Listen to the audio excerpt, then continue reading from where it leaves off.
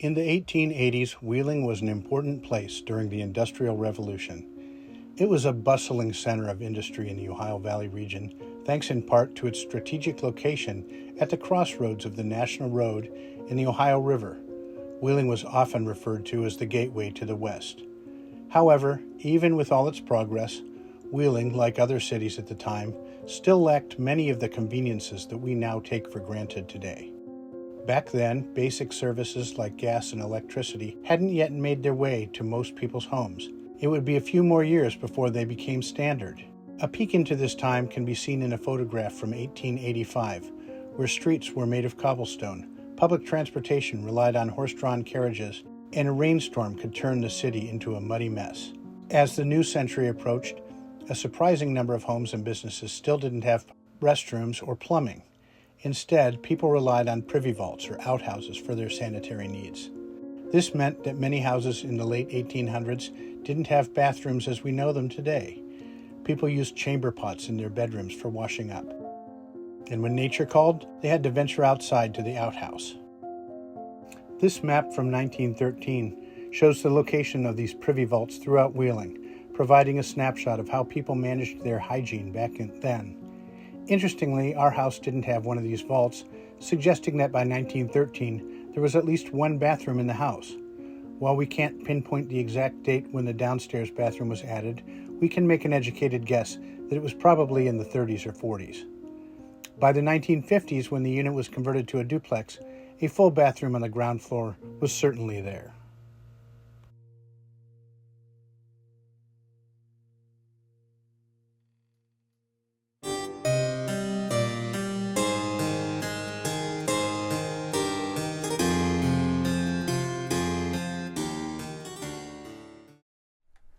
In this video, I'll show some of the demolition of the fixtures and failing plaster that can be seen, as well as taking up and removing the old subfloor and doing the rough plumbing for the new bathroom.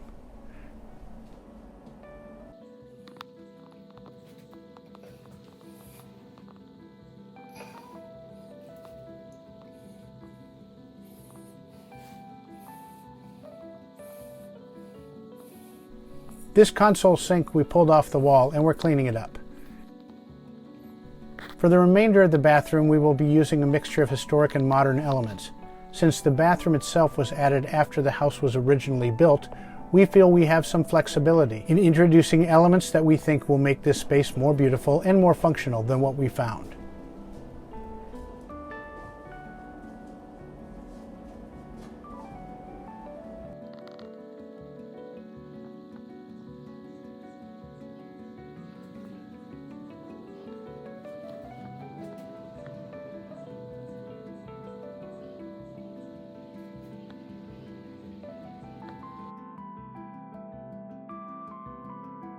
We're keeping this wooden cabinet that is recessed into the wall.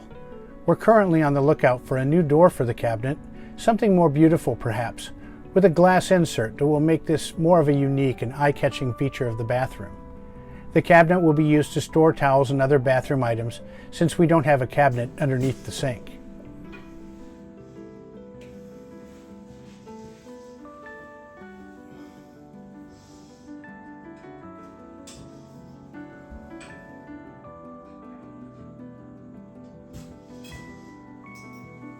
As you can see in the video, sink used to have chrome towel racks on either side, which attached to the wall and came around to the front and were attached to the legs of the console sink. The chrome fittings where these towel racks attached to the wall are still there, but the towel racks themselves are missing. These towel racks are one of the things that we think we might be able to find online or at one of the various salvage and antique resources we use.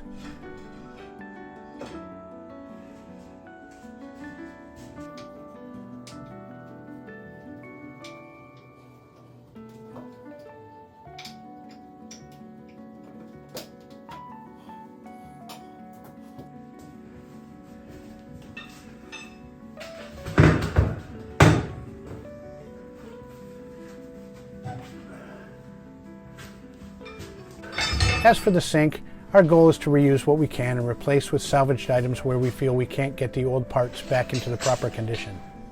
Then, as a last resort, we will be trying to find reproduction items.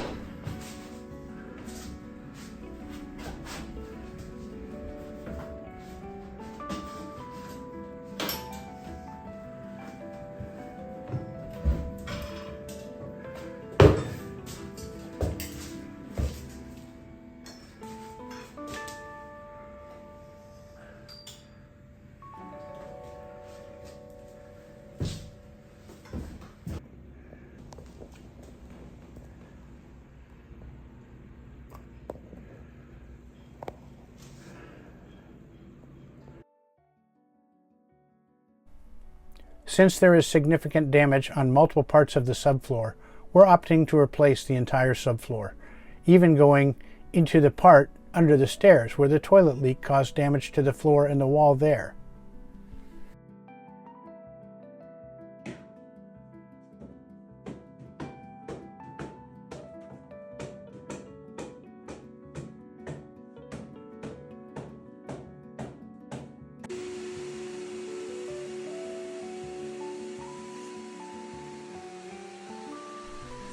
Since we're moving the toilet, we updated the stack and added the proper vents to the toilet, shower, and sink.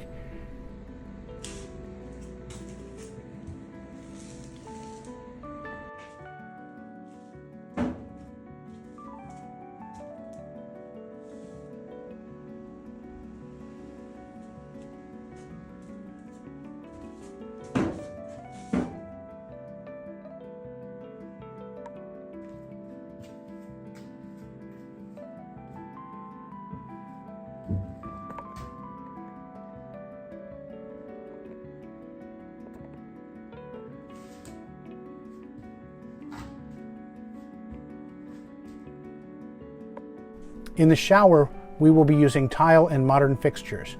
We will be installing a glass frameless shower door and sides to extend the shower past the wall near the doorway.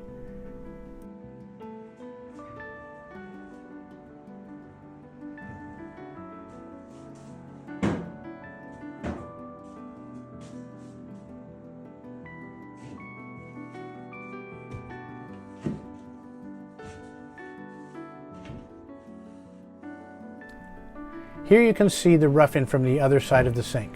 To install this, we opened up the wall in the kitchen pantry, which backs up to this bathroom. We will be repairing the plaster on the bathroom walls and also installing salvaged wainscoting that we purchased at Columbus Architectural Salvage for just this purpose. The wainscoting is beadboard that has been stored with its original shellac finish that we are restoring. Here you can see the studs that were there holding the plaster and the rotted base of this wall that we will be removing to replace with a new stud wall to allow us to run water into the shower.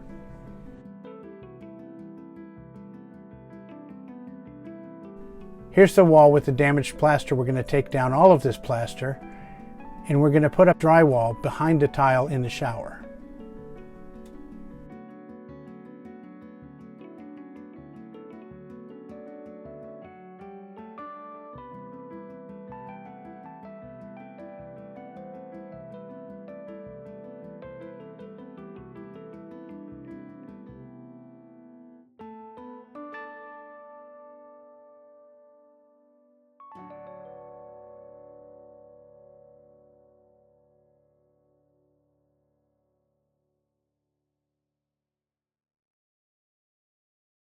Now, with the bathroom demo complete, you can see the new stud wall. Now, we're finally ready to replace the fixtures and update our ground floor bathroom. We will feature that process in a new video. Thank you so much for watching. And please, if you like these videos, click on the like and hit the subscribe button. It really helps.